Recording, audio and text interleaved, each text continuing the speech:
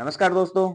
अपन जो क्लास 6 की राजस्थान बोर्ड की एनसीईआरटी है वो कंप्लीट कर रहे हैं और यहाँ से अपने 4 चैप्टर है ना वो ऑलरेडी कंप्लीट हो चुके हैं। और उसमें से चैप्टर थर्ड है ना उसमें से मैं आपके लिए 20 एमसीक्यू बना के लाया हूँ।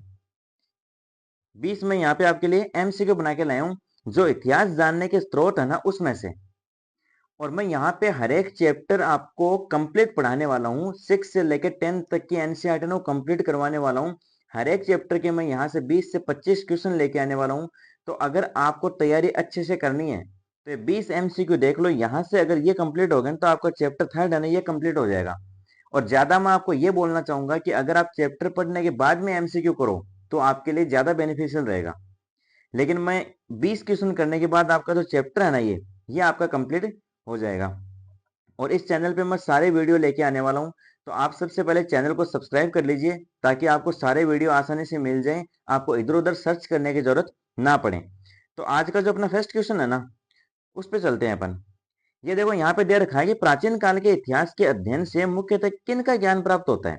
कि आप प्राचीन काल का जब इतिहास का अध्ययन करते हो तो आपको किन चीजों के बारे में पता चलता है। यहाँ पे ऑप्शन दे रखा है आपका आधुनिक शासन व्यवस्था का पता चलता है, सभ्यता के क्रमिक विकास का पता चलता है, केवल धार्मिक परंपराओं का या केवल युद्धों का।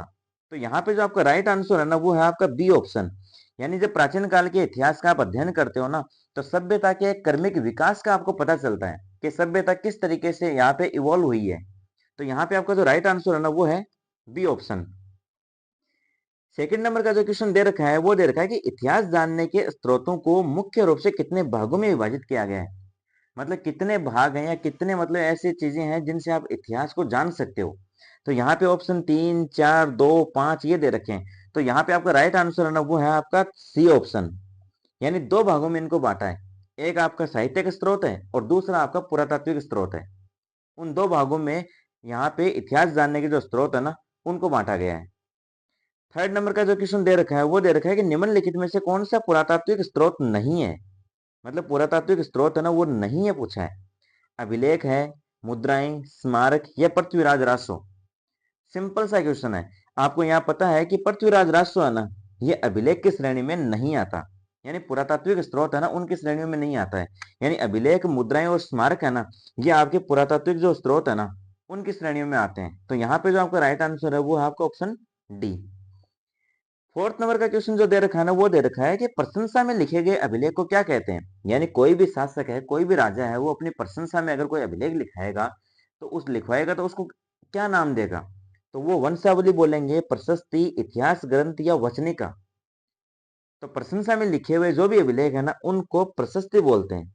राइट आंसर है आपका बी। 5 नंबर का जो क्वेश्चन दे रखा है वो है कि चौहानों के इतिहास को जानने का महत्वपूर्ण साधन किसे माना गया है। मतलब किससे चौहानों का जो इतिहास है ना वो अपने को पता चलता है। गठियाला के शिलालेख से, बिजोलिया के शिलालेख से, चीरवा के शिलालेख से या उपयुक्त सभी। तो यहाँ पे आपका जो राइट आंसर है ना वो है आपका डी ऑप्शन। यानी गठियाला का अभिलेख है उससे भी अपने को चौहानों के बारे में पता चलता है। बिजोलिया का जो शिलालेख है उसके उससे भी पता चलता है। और चीरवा का जो अभिलेख है ना वहां से शिलालेख है ना वहां से भी अपने को इन सब चीजों के बारे में पता चलता है कि चौहानों का जो इतिहास है ना उनका पता चलता है। तो राइट आंसर अपना जो है ना यहाँ पे वो डी ऑप्शन है। 6 नंबर का जो क्वेश्चन है ना वो दे रखा है कि रावल समर सिंह के यज्ञ की जानकारी किस अभिलेख से प्राप्त होती है। तो यहाँ पे देखो किराड़ू का अभिलेख दे रखा है, गठियाला का अभिलेख, चीरवा का शिलालेख या कंसवा का अभिलेख। तो आपका राइट आंसर है ना वो है आपका चीरवा का शिलालेख। यानी चीरवा का जो शिलालेख है ना सी ऑप्शन है। देखो चीरवा के शिलालेख में रावल समर सिंह है ना उनकी जानकारी मिलती है। फिर जो आपका नेक्स्ट क्वेश्चन है ना 7 नंबर का वो दे रखा है कि किसके आधार पर किसी काल विशेष की राजनीतिक, धार्मिक और आर्थिक स्थिति का आपको पता चलता है। किसके आधार पर चलता है। स्मारकों के आधार पर चलता है, मुद्राओं से, साहित्य से या ताम्रपत्रों से। तो यहाँ पे आपका जो राइट आंसर है ना वो है आपका बी ऑप्शन। यानी मुद्रा जो है ना वहां से आपके किसी भी काल विशेष है ना उसकी राजनीतिक, धार्मिक या आर्थिक स्थिति है ना उनका पता चलता है कि राजा किस टाइप की मुद्रा है ना वो चला रहा है। 8 नंबर का जो क्वेश्चन है ना वो है आपका कि मुद्राओं पर अंकित किस तत्व से समृद्धि का ज्ञान होता है। धातु की शुद्धता व माप तोल से, केवल भाषा से, केवल चित्र से या केवल लिपि से। तो यहाँ पे जो आपका राइट आंसर है ना वो है आपका ए ऑप्शन।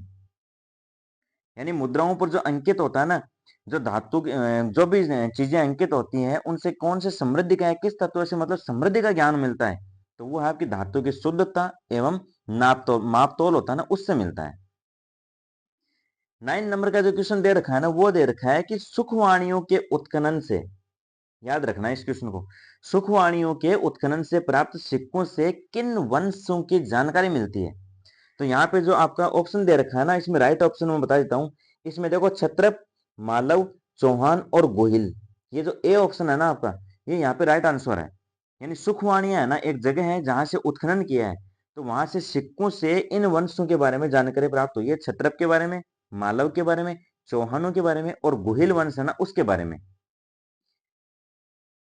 10th नंबर का जो क्वेश्चन है ना, वो है आपका निम्न में से कौन सा स्मारक नहीं है, मतलब इनमें से स्मारक है ना वो कौन नहीं है।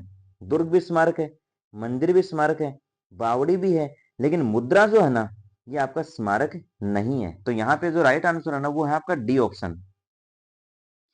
11 नंबर का जो क्वेश्चन दे रखा है वो है कि स्मारकों से हमें किसका ज्ञान प्राप्त होता है। जो स्मारक होते हैं ना, इन पे जो चीजें लिखी हुई होती हैं उनसे हमें किस चीज का पता चलता है। स्थापत्य कला व धार्मिक विचार का पता चलता है, केवल आर्थिक स्थिति का पता चलता है, केवल भाषा का या केवल व्यापार का। तो यहाँ पे जो आपका राइट आंसर है ना वो है आपका ऑप्शन ए।